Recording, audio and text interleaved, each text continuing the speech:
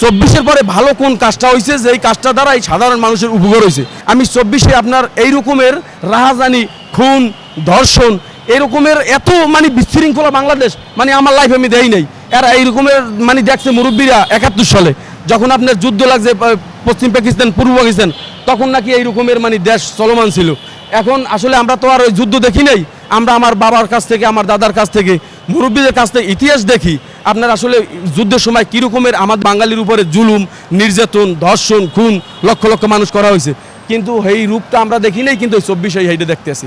আপনার এই যে হুজুররা আপনার যাইয়া যখন আপনার মসজিদ মাদ্রাসা আপনার এই যে বলৎকারগুলো হয়, তখন মসজিদ মাদ্রাসা আপনার কোনো হুজুরে যাই ভাঙে না।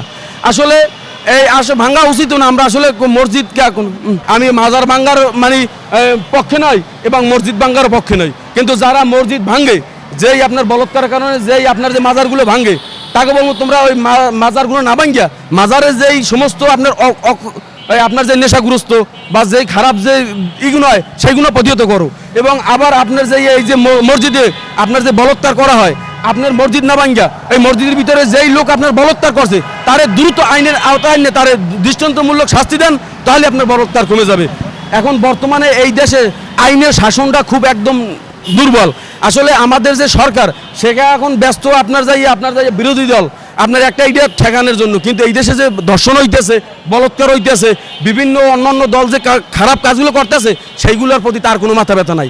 তার খালি মাথা ব্যথা আপনার যাইয়া শেখ হাসিনা কখন কোনানিতে ঢুকবে, কোনানি আওয়ামী লীগের লোক আছে, এইসব নিয়ে আপনার করিয়া এইসব বন্ধ করিয়া আপনার দ্রুত আপনার আগে এই দেশ ভালোবাসুন।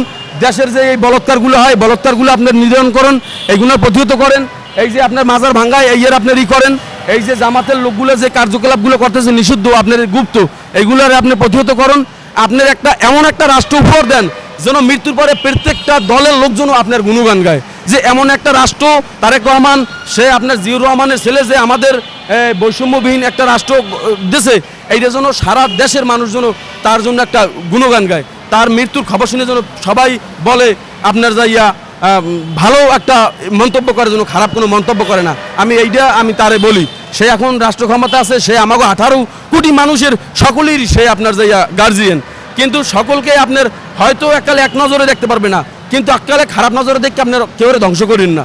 আসলে কেউ ধ্বংস কেউ করলে তার ধ্বংস অনিবার্য। আমি সর্বপ্রথমই আপনার এই ভিডিওর মাধ্যমে সারা দেশের মানুষকে আমি একটা মেসেজ দিতে চাই। আপনার 24-এর আগের বাংলাদেশ আর 24-এর পরের বাংলাদেশ আপনার কি অবস্থানে আপনার এই 24-এর পরে বাংলাদেশ আছে।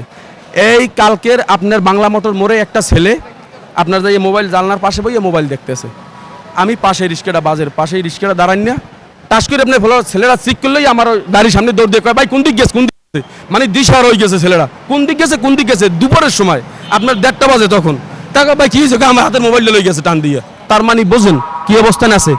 আপনার এই যে 0 পয়েন্টে বইয়া আপনার এক হিন্দু মহিলা আপনার গাড়িতে বসা, পাশে স্বামী, লেদা বাচ্চা, কানে দুল জ্বলতে আছে, আপনার সে গয়না সে ব্যবহার করবে স্বাধীনভাবে এই দেশে, স্বাধীন দেশে, কিন্তু আপনার কানের দুলটা আপনার কান ধরে থাবা দিয়ে আপনার করে সিরিয়াল হয়ে দৌড়তেছে। আপনার কি অবস্থা, কোন জায়গায় আপনার দেশ আছে। আপনার 24-এর পরে আমার জানা মতে ভালো একটা কাজ হয়েছে এই বাংলাদেশে আমি দেখি না।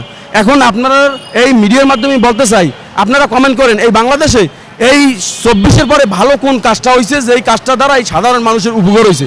আমরা বলছি ফ্যাসিস্ট শেখ হাসিনা খারাপ, হ্যাঁ, বিভিন্ন রকমের আমরা লোক দিয়েছি, এই দেশ বিক্রি করিয়ে ফেলাইছে আপনার ইন্ডিয়ার কাছে, ইন্ডিয়া লই যেতেছে, সমস্ত ইলিশ আপনার ইন্ডিয়ারে দিয়ে দেয়, বিভিন্ন রকমের আমরা কথা মন্তব্য করছি, কিন্তু 24-এর পরে কি ইলিশ মাছ ভারতে যায় নাই?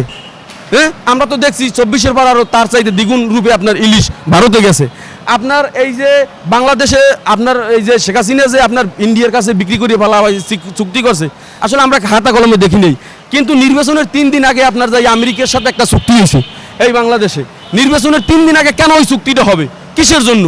নির্বাচনের পর একটা বৈধ সরকার বসবে, তারপর সে কীরকম ভালো হইবে, জনগণের ভালো মন্দ মিলেই আপনারা এই চুক্তিটা করবে। কেন এই 3 দিন আগে আপনার এই অবৈধ এই চুক্তিটা কেন ইউনূস সরকার করলো এই 24 সালে? আসলে সর্বসাইড মিলেইয়া আমি 24-এ আপনার এই রকমের রাহাজানি, খুন, ধর্ষণ, এরকমের এত মানে বিশৃঙ্খলা বাংলাদেশ মানে আমার লাইফে আমি দেই নাই।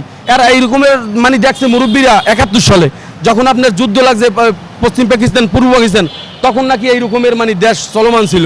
এখন আসলে আমরা তো আর ওই যুদ্ধ দেখি নাই, আমরা আমার বাবার কাছ থেকে, আমার দাদার কাছ থেকে, মুরব্বীদের কাছ থেকে ইতিহাস দেখি, আপনার আসলে যুদ্ধের সময় কী রকমের আমার বাঙালির উপরে জুলুম, নির্যাতন, ধর্ষণ, খুন লক্ষ লক্ষ মানুষ করা হয়েছে, কিন্তু এই রূপটা আমরা দেখি নাই, কিন্তু 24 এইটা দেখতেছি।